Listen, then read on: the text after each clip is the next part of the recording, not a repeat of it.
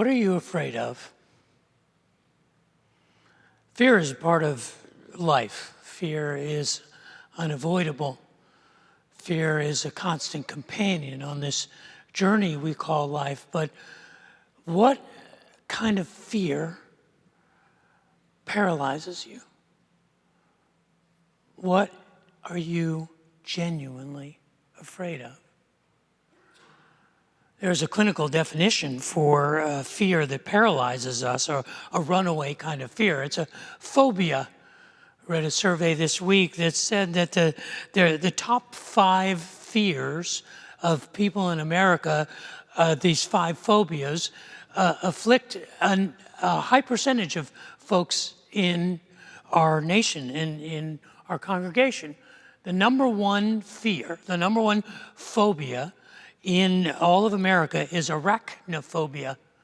Arachnophobia is the fear of spiders, and that 1/3 of all Americans have arachnophobia. Glossophobia, interestingly enough, is number 2, and it is the fear of public speaking, which explains why spiders are not very popular public speakers. Thank you for the 8 of you who... I thought about that joke all week. I worked on this for 5 days, and I knew it would just go over everybody's head, but I'm not done. Ophidiophobia is the fear of snakes, and that's kind of low, 22%. And misophonia is the fear of germs. Some people call it germophobia, but that's misophonia. And cynophobia is surprising. 13% of all Americans are afraid of dogs. Cynophobia is a fear of dogs. Now, these are not common, obviously, but if you want to be friends with me, then you cannot be a sinistrophobic. A sinistrophobic is a person who is afraid of left-handed people, and I am left-handed. You also cannot be palladiophobic, which is a fear of baldness. And we would not be good friends if you were turophobic, which is a fear of cheese. And I really like cheese. So if you don't like left-handed bald people who like cheese, or if you're afraid of them, we just won't really get along. I think 2 of the strangest phobias that I've ever heard of, the first one is arachnobutyrophobia. And that is the fear of peanut butter becoming permanently lodged in the roof of your mouth. It's an actual clinical diagnosis of arachnobutyrophobia. But the most interesting one is hippopotamonstro-equipedaliophobia, which is the fear of long words. Or it could be just the fear of irony. That was number 2, right there. It took me 4 days to learn how to pronounce that word. And then I thought, isn't that ironic that the longest word that indicates the fear of long words is a word called hippomonstro-equipedaliophobia. And then I thought, it could be the fear of irony. And meow. See, that's what I'm afraid of. I'm afraid of telling bad jokes in front of a group of people. But obviously, I'm not that scared of it because I did it twice already. What are you afraid of?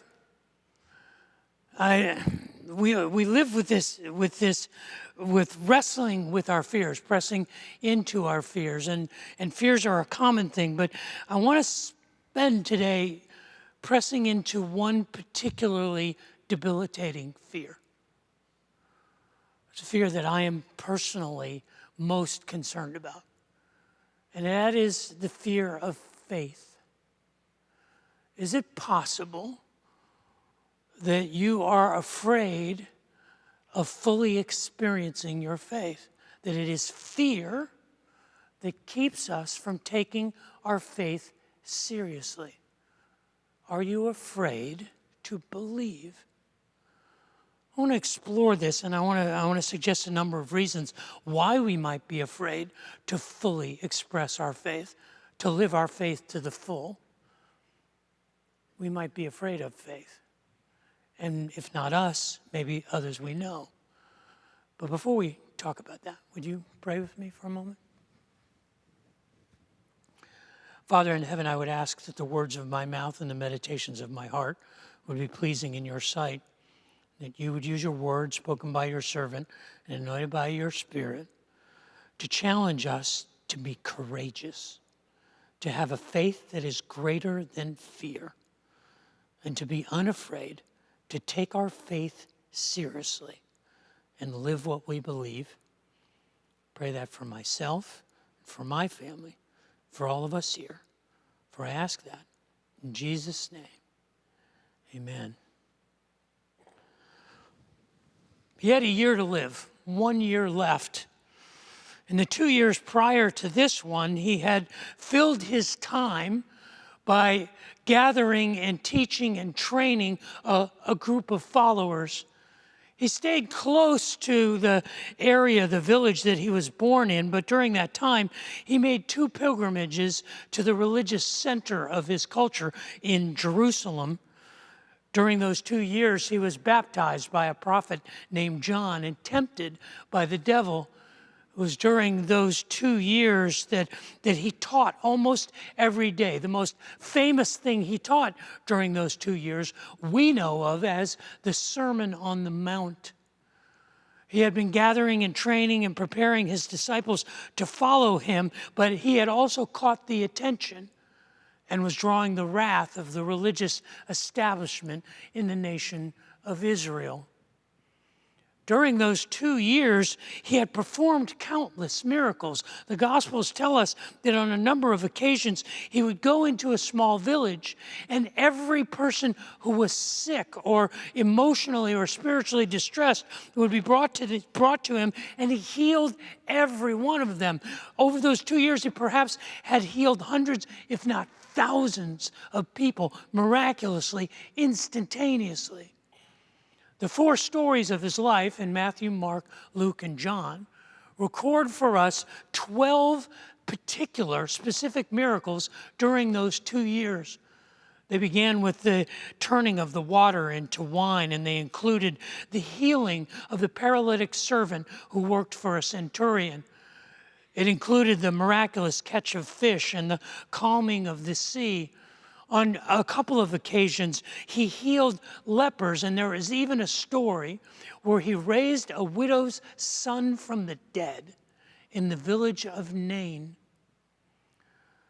But we come to the 13th miracle in the story of the first 2 years of the life of Jesus, and it's recorded for us in Mark chapter 5, and in Matthew chapter 9, and in Luke chapter 8.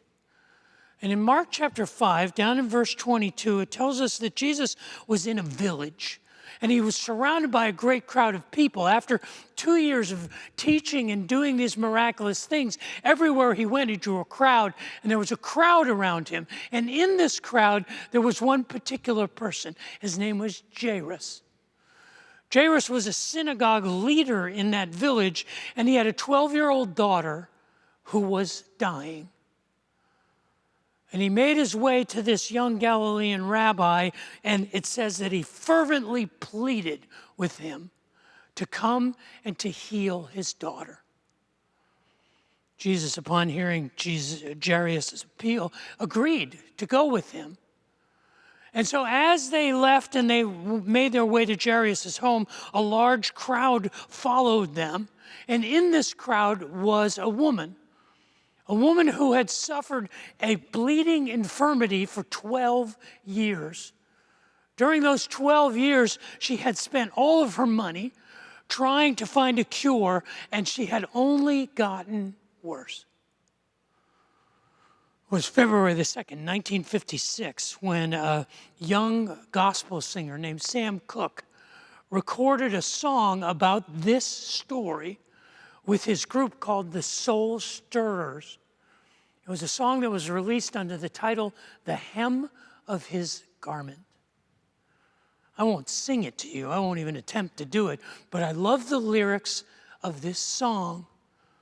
Sam Cooke's lyrics of The Hem of His Garment begin with, there was a woman in the Bible days who had been sick so very long, And when she heard that Jesus was passing by, she joined the gathering throng.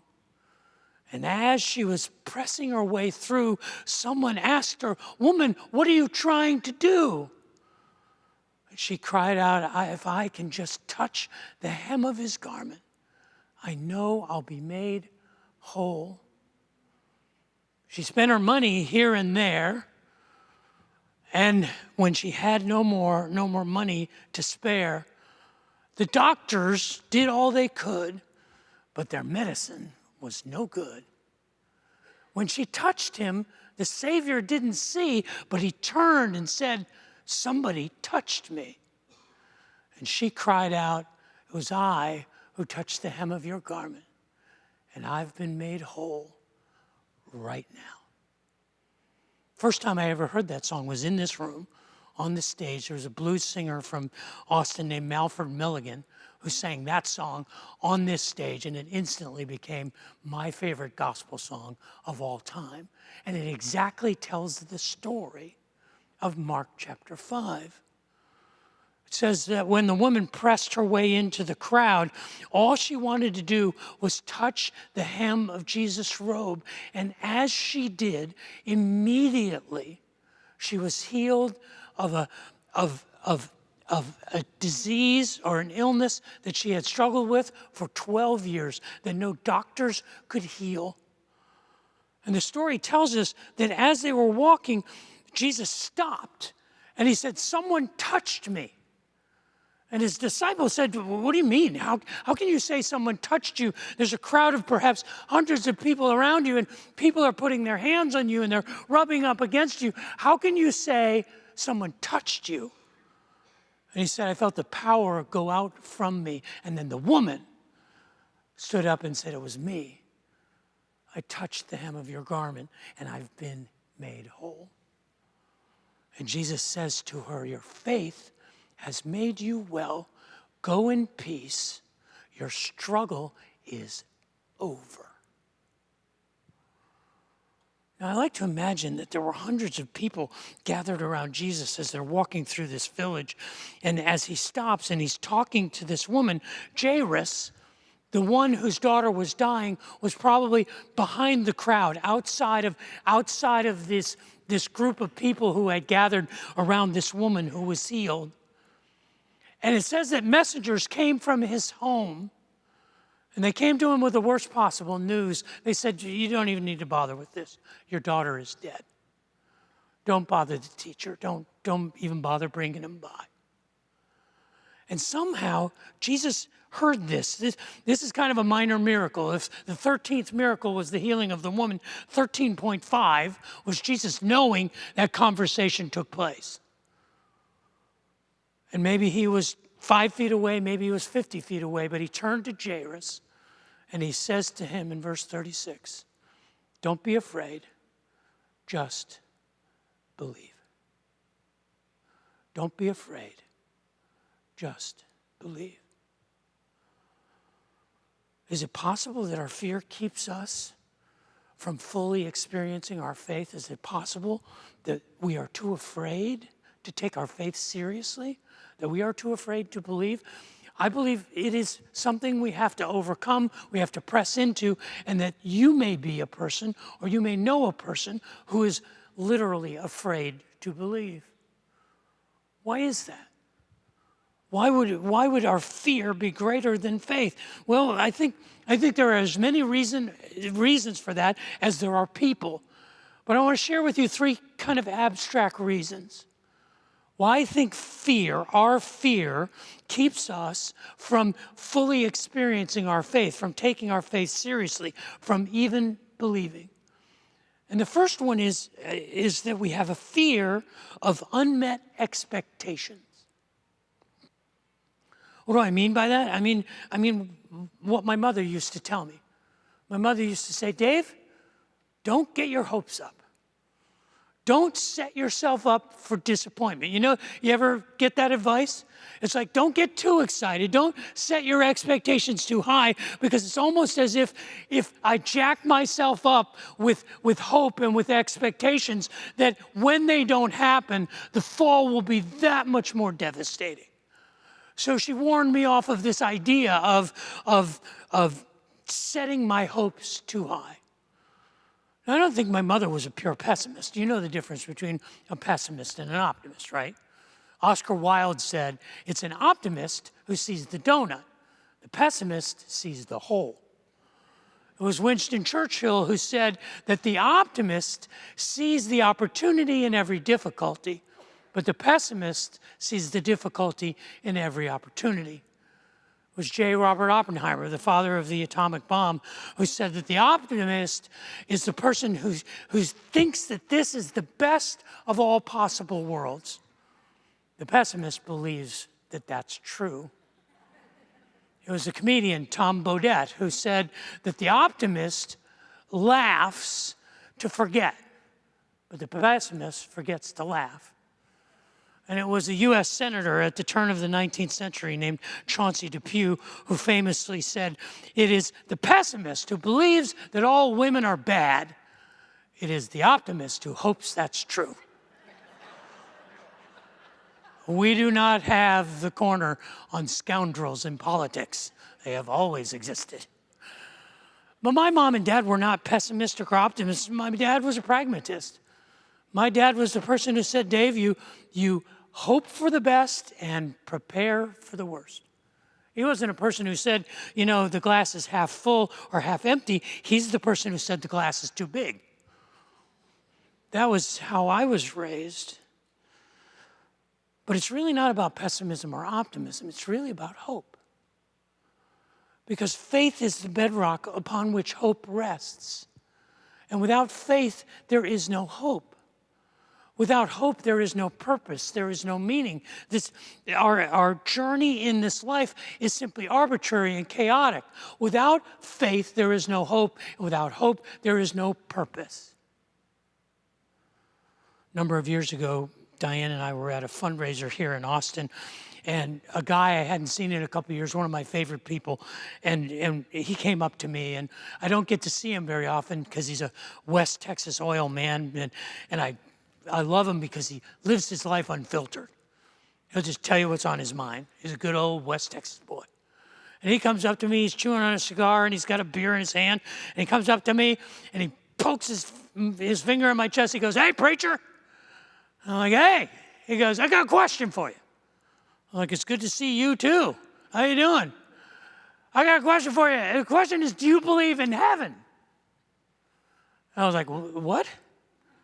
He goes, do you believe in heaven? I said, yeah, absolutely. I absolutely believe in heaven. Then he looked at me and goes, well, then what the hell are you doing here? If you actually believe in heaven, why you hang around this place? If you actually believe that heaven is real, if I believed that heaven was real, I'd want to get out of here on the first train. I'd want to be gone. What do you say about that, preacher? And he poked his finger in my chest again. What do you say about that? Why are you here? I thought about it for a moment. I was standing there for, it seemed like 2 seconds. And he's like, you don't have an answer, do you? I looked at him and I poked my finger in his chest. I said, yeah, I do. I know why I'm here. I'm here for you. He chewed on his cigar. He's like, well, yeah, okay, well, let's change the subject. You see, our hope is built on our faith, and they are inseparable, and it's our hope that gives life meaning and purpose. And if we're afraid of faith because we're afraid of the disappointment, we're afraid of the possibility that our expectations will be unmet, then we don't just undermine our faith, we undermine our hope. And ultimately, we surrender to the chaos. Jairus was not willing to do this. Jairus said, I believe that the best shot that my daughter has is this young rabbi. And I believe it enough to press into my fear of those expectations, and I will ask him to come. Perhaps we don't take our faith seriously because our fear of unmet expectations. The second kind of abstract reason we may not, we let our fear overcome our faith is the fear of unfair or basically unappealing or unflattering stereotypes. We're afraid of faith, of living our faith fully, because we don't want to be one of those people. We don't want to be one of those religious fanatics. We don't want to be one of those Jesus freaks. We don't want to be running around with a label on that says, I am a Christian. But I would ask you, what's really wrong with that? What's wrong with the label? It said, I am a follower of Jesus. I am a believer. I am a Christian. Is it wrong to wear a label that says, I love my neighbor? I would even try to love my enemy? That I try to be more generous? I try to be more gracious? I try to be kind? I care about the needs of the people around me? That I'm willing to be generous and sacrificial and to go the extra mile? I mean, is that really bad? I understand how the reputation was cultivated. We do this to ourselves.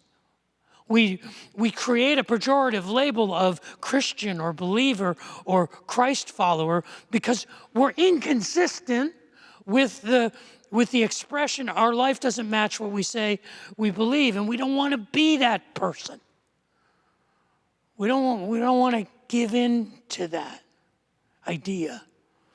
And the culture that we live in has weaponized labels. And so we want to avoid wearing a label that categorizes us or stereotypes us, that paints us in a corner, because we know that's what goes on. We live in a world that is increasingly weaponizing labels and titles and putting them on people. And the reason we do it is so that I don't have to deal with you. I can marginalize you. I can disregard you by putting a label on you that says, oh, well, you're this way, or you're that group, or you're those people. And we're living in a culture that where wearing a label is something that you either wear the right label or you get judged for having the wrong label. It's like we're living in a schoolyard where we got dirt kicked in our face in second grade and we've never forgotten about it. That old childhood axiom, remember, sticks and stones may break my bones, but names will never hurt me, has changed. Just sticks and stones, well, they'll bounce off my bones. But names, names, titles, labels, they'll destroy me. They'll ruin me. They'll categorize me. I don't want to do that. I hate to break it to you, but since the very beginning, the label Christian has always been a label that received judgment. It's always been that way, and it was that way in Jairus' day. He was a synagogue leader, it says. When Jairus was a synagogue leader, that means he wasn't a rabbi. He wasn't a Levite. He wasn't a teacher. He was the manager. He was a religious bureaucrat. He was a spiritual operative. He was the guy who ran the local synagogue. He was actually the guy with all the power. Because he is the guy who, if he knocked on the door of your house, he was coming because you were behind on your tithe. Or he was coming because the rabbis had said, this person is out of line, go straighten them out. He was a powerful, influential person. And he knew that if he associated with this young, heretical Galilean rabbi, his career was finished. He knew that if they labeled him a follower of this young rabbi from Nazareth, that his career was done. But he was desperate, and his faith overcame his fear of that unflattering stereotype, that unappealing label. It overcame his fear of unmet expectations. And the third thing I want to share with you is perhaps We fail to live our faith out loud, to live it boldly, to fully experience our faith, to take it seriously. We're afraid to believe because of the unintended consequences. I'm old school, and I'm unapologetically old school. But I have a problem with hypocrisy. I just do. I mean, if you say one thing here and say a different thing here, I have a problem with that. That dissonance, that disagreement bothers me. If you say one thing and you do another, that bothers me. If you are a person who says, this is what I want you to do, but I have no intention of doing it myself, that hypocrisy bothers me. And I realize that's not a popular place to be anymore. Because we have validated the idea that the rules change.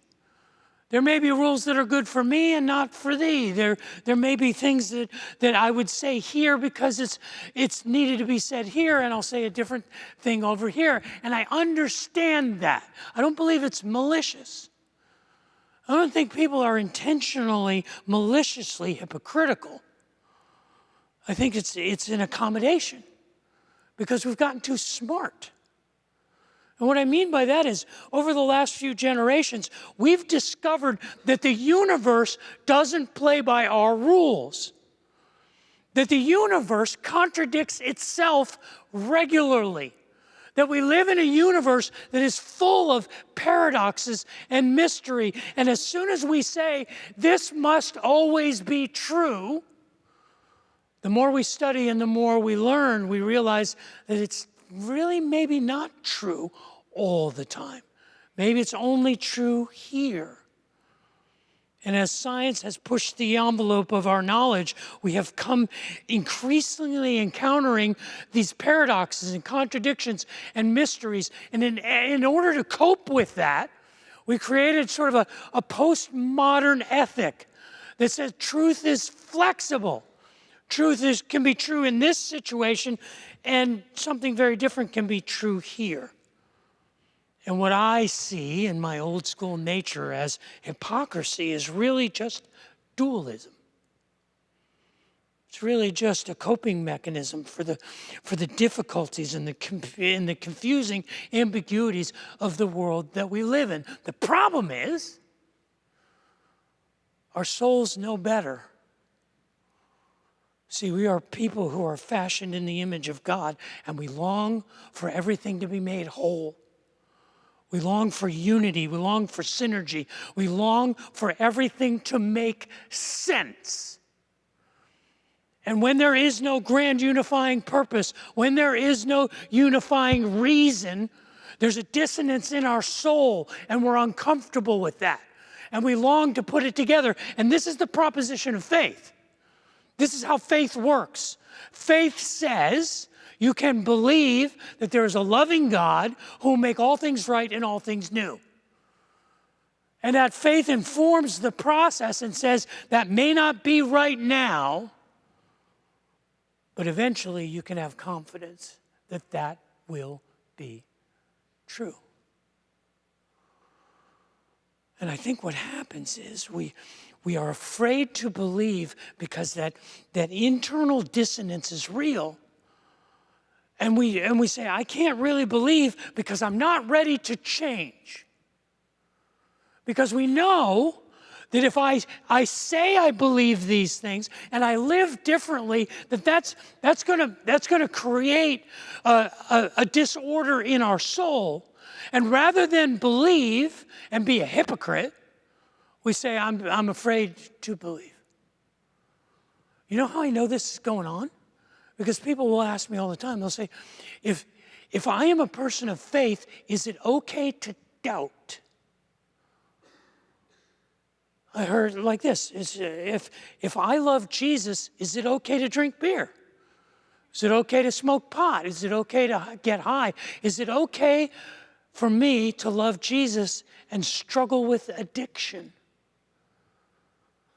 Is it okay for me to be a follower of Christ and make out with my boyfriend? Is it okay for me to be a follower of Christ and live my life on my terms. And what they're saying is, how do I reconcile this dissonance? Because it's faith that brings that together. It's living according to what we believe that brings the universe into alignment. See, this is what Jairus was struggling with. Jairus had the love of his life. His 12-year-old little girl lay there dying. But he couldn't go ask this young rabbi to intervene on her behalf to possibly heal her without putting everything about his identity at risk. It was going to require some kind of change, some kind of humility on his part, but it was worth the risk. That's why when Jesus heard that his daughter had already died, he looked at him and he said, "Don't be afraid.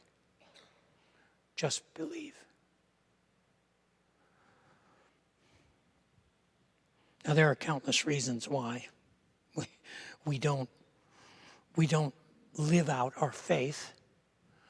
I think there are reasons why we're afraid to believe, or why we're afraid to take our faith seriously. And there's as many reasons as there are people in this room or people on this earth. But I just suggest maybe there's three. I've met people. Perhaps you're one of those people, or you know someone who's afraid to believe because they're afraid to get their hopes up. They're afraid of unmet expectations, or because they're afraid of the unappealing, the unflattering stereotypes and labels that would be attached to them. You're one of those people. Or maybe they're afraid to believe because they realize, if I believe, I'm going to have to change. The unintended consequences of faith are that I'm going to have to be different.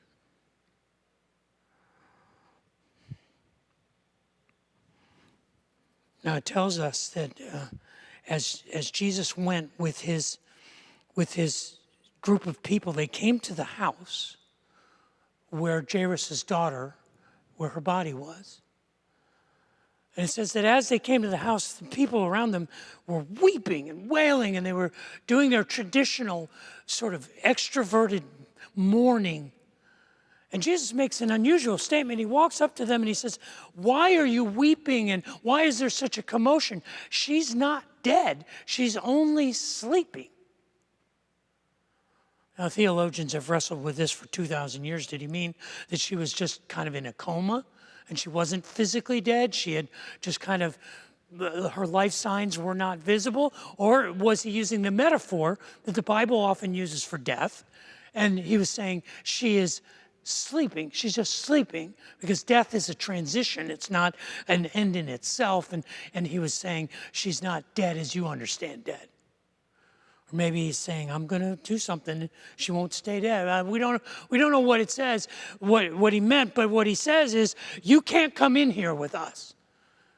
And he only invites Jairus and his wife and 3 of his disciples, Peter, James, and John, to go into the room with him. And when they go into the room, they see the girl there, and Jesus touches her, and he says to her, Talitha cum. It's Aramaic. It means, little one, rise up. I've never met a girl named Talitha. I think Talitha would be a beautiful little girl's name. It means little one in the feminine voice in Aramaic. I was talking to my wife, Diane, the other day, and I said, maybe our daughter, who is expecting her first daughter, would name her daughter Talitha. Wouldn't that be great? And she said, Dave, you don't get to name your grandchildren. I said, but Talitha's such a... And she's like, no, you don't get to do that. I still think Talitha, I've never met a Talitha, but I thought Talitha would be a beautiful little girl's name, because he says to her, little one, rise up. And immediately she stood up and walked around the room. And then he says, get her something to eat. Now, there are some people who believe that she had just passed out from hunger, but really I think what it is a reminder as parents. There's things we are responsible to provide for our children, things we have to do, like feed and clothe them. But the transforming things, that's God's business. Let God do that. You do what you can. Give them a sandwich. But don't try and fix them. That's God's job.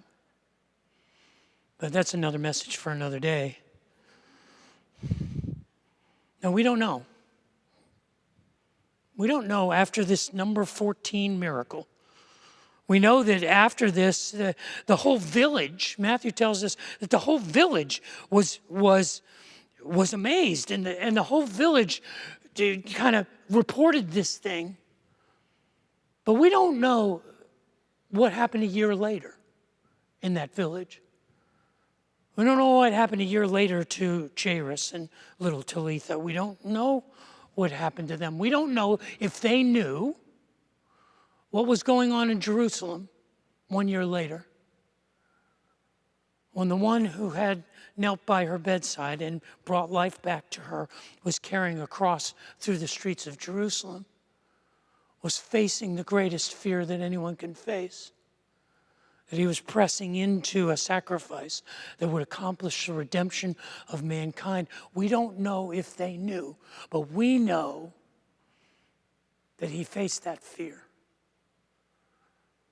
and that he had a faith that was greater than fear. Fear is a part of our life. It's part of everyday life. It was in 2003, June of 2003, Diane and I had dinner with two couples.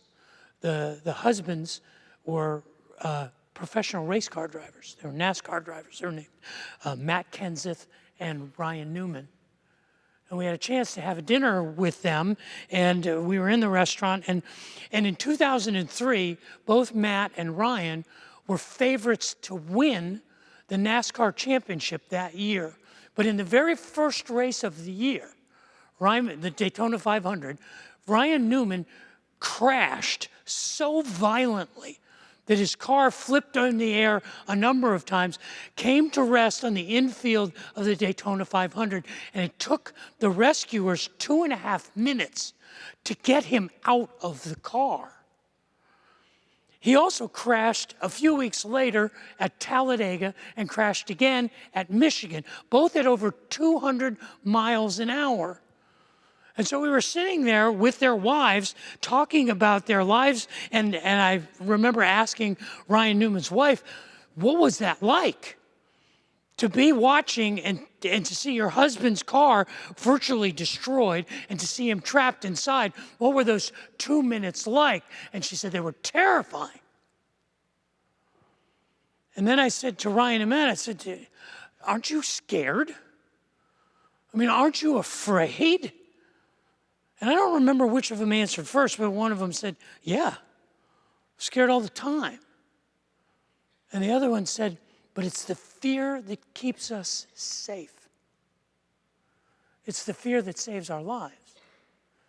It's the fear that builds the roll cage that allows us to crash at 200 miles an hour and walk away. It's the fear that builds the safety harnesses and the seats and the Nomex suits and the head restraints and the helmets and all of the safety equipment in the car.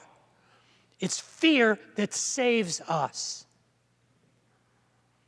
Fear is a part of our lives, but fear can sometimes work to our advantage. Do you realize there's some phobias that come in really helpful? I mean, imagine this. If you told somebody, I can't help you because I'm ergophobic. Ergophobia is a fear of work. I can't, I'm afraid of work. I like oikophobia. Imagine, if you're supposed to cook dinner, you say, I can't, honey, I have oikophobia, which is a fear of household appliances. The microwave scares me to death. If you're a student, this could come in handy. You just say to your teacher, I'm a bibliophobic, which means you're afraid of books.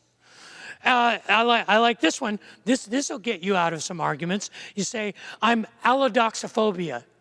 I have allodoxophobia. I have a fear of opinions. And this could come in handy if you didn't want to hang out with people. You just say, I'm a depnophobiac. That means I have a fear of dinner parties. And then there's pantherophobia, which I think should be called pantherophobia. It is a fear of mother-in-laws. I'm a pantheraphobic. I can't go. But it gets weird. Phobias get weird. A genophobic is a person who is afraid of knees. Yeah. How do you do? What? An ophalophobia is a fear of belly buttons. These are clinically diagnosed fears. Chronophobia is a fear of hands. It's a fear of hands. Pogonophobia is a fear of beards. I've seen some pretty scary beards, but I'm not like terrified of beards. And then I like this one. It's venestrophobia. It is a fear of beautiful women. So if a guy breaks up with you, you just say, well, it's because he's venestrophobic. Because he has a fear of, never mind. I'm working these phobia jokes here as much as I can. You can always rely, if you can't find a phobia that fits you, you can have a phobia. You can have a fear of phobias, or you can have a panophobia, which is a fear of everything. Fear is a part of our life. It is something that we press into. It's said that courage is not the absence of fear, but a willingness to look fear in the face and go anyway. So I'd ask you a question that I asked you at the beginning. What are you afraid of? And I would quote to you the words of Jesus. Don't be afraid. Just believe.